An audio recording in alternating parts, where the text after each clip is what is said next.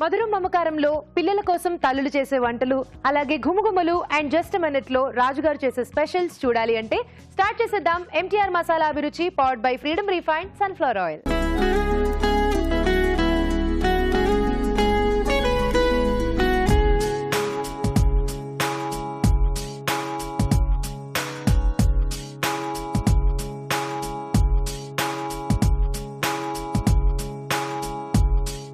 మన first segment ఘుమఘుమలు.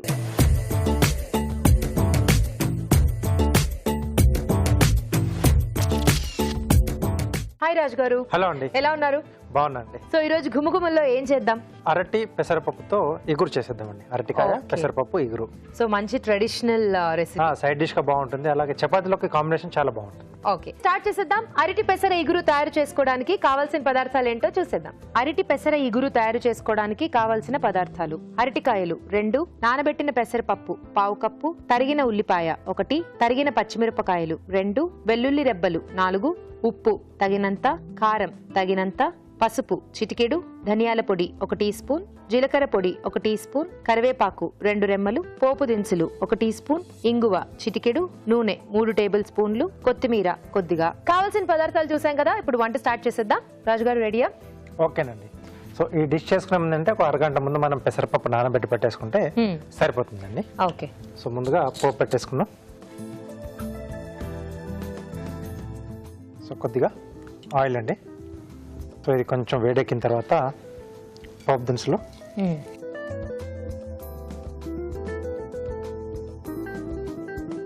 So దీంట్లోనే ఉల్లిపాయ ముక్కలు, పచ్చిమిరపకాయలు, తరిగిన వెల్లుల్లి, అలాగే కొద్దిగా కరివేపాకు, కొంచెం ఇంగు అండి. ఓకే,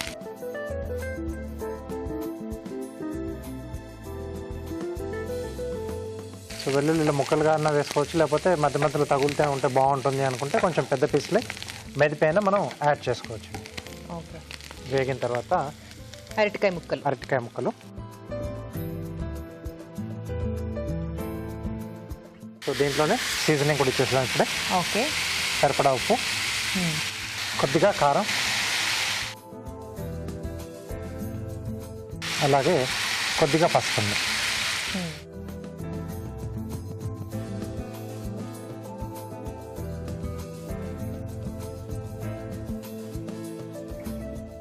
సో ఈ ముక్కలు మనకు కొంచెం మగ్గితే పెసరపప్పు నానబెట్టింది మనం దీంట్లో యాడ్ చేసుకుని అది కూడా కొంచెం అది ఫాస్ట్గానే వేగిపోతుంది. సో కొంచెం లైట్ పచ్చిగా ఉన్నా బాగానే ఉంటుంది మనకు పెసరపప్పు అనేది. సో అరటి ముక్క మాత్రం కాస్త మగ్గాలి. ఓకే, సో అరటికాయ ముక్కలు కొంచెం మగ్గుతూ ఉంటాయి. ఆలోపు ఒక చిట్కా చూసేద్దాం.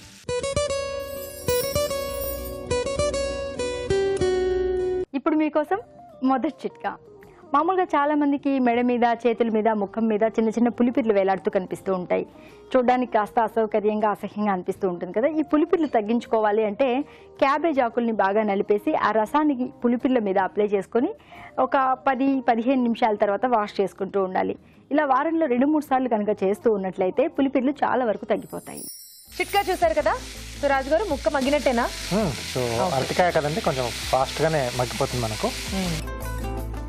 ఓకే, సో ఈజీగానే విరిగిపోతుంది.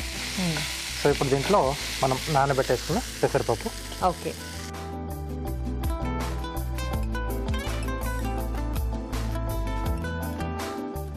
సో దీంతో పాటుగా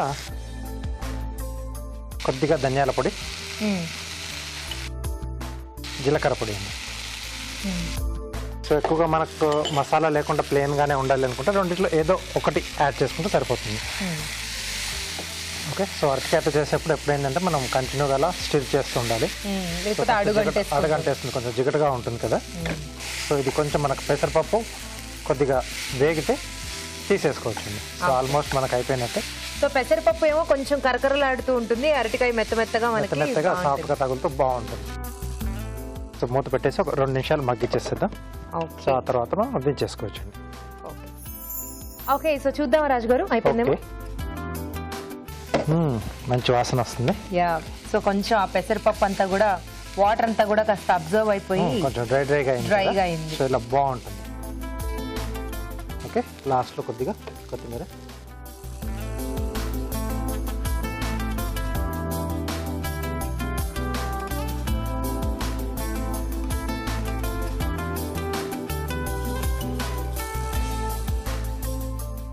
సో రెడీ అయిపోయింది. సో అరటి పెసర ఇగురు రెడీ అండి. ఘుమఘుమలాడుతూ అరటి పెసర ఇగురు రెడీ అండి. టేస్ట్ చూడబోయే ముందు ఈ ఇగురు తయారీ విధానం మరోసారి చూసేద్దాం. అరటి పెసర ఇగురు తయారు చేసుకునే విధానం: ఒక పాన్ లో నూనె వేసి పోపు దినుసులు, ఉల్లిపాయ ముక్కలు, తరిగిన పచ్చిమిరపకాయలు, వెల్లుల్లి రెబ్బలు, కరివేపాకు, ఇంగువ వేసి వేయించాలి. దీనిలో అరటికాయ ముక్కలు, ఉప్పు, కారం, పసుపు వేసి వేగనివ్వాలి. ఆ తర్వాత నానబెట్టిన పెసరపప్పు, ధనియాల పొడి, జీలకర్ర పొడి వేసి మరి కాస్త వేగనివ్వాలి. ఆపై కొత్తిమీరతో గార్నిష్ చేసి సర్వ్ చేసుకుంటే అరటి పెసర ఇగురు రెడీ.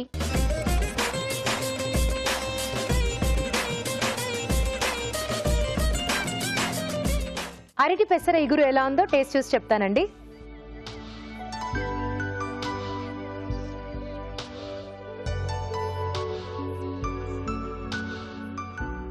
సూపర్ రాజు గారు, చాలా బాగుంది. అంటే పౌడర్స్ కూడా యాడ్ చేసుకున్నాం కదా. యా, చాలా అండ్ బాగుంది. ఆ అరటికాయ పెసర నేను చెప్పాను కదా, కొంచెం పెసరేమో కరకరలాడుతూ అరటికాయ సాఫ్ట్ సాఫ్ట్ గా చాలా టేస్టీగా ఉంది, కమ్మకమ్మగా బాగుంది. ఓకే, రైస్ లోకి సైడ్ డిష్ లాగా అండ్ చపాతీలోకి కాంబినేషన్ గా కూడా చేసుకున్నా చాలా బాగుంటుంది. చాలా టేస్టీగా ఉంది. సూపర్ అండి, తప్పకుండా ట్రై చేయండి. ఇప్పుడు మీకోసం ఒక చిట్కా.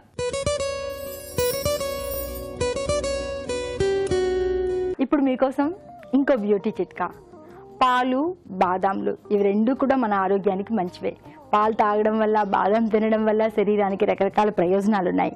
కానీ పాలలో కొద్దిగా బాదం పలుకుల్ని వేసుకుని పేస్ట్ లాగా చేసుకుని దీన్ని ముఖానికి, మెడకి అప్లై చేసుకుని 10-15 నిమిషాల తర్వాత వాష్ చేసుకుంటూ ఉండాలి. ఇలా వారంలో ఒకసారి కనుక చేస్తూ ఉన్నట్లయితే అక్కడ ఉన్నటువంటి ముఖం కానీ, మెడ కానీ, స్కిన్ అంతా తేజోవంతంగా, ఆరోగ్యంగా తయారవుతుంది.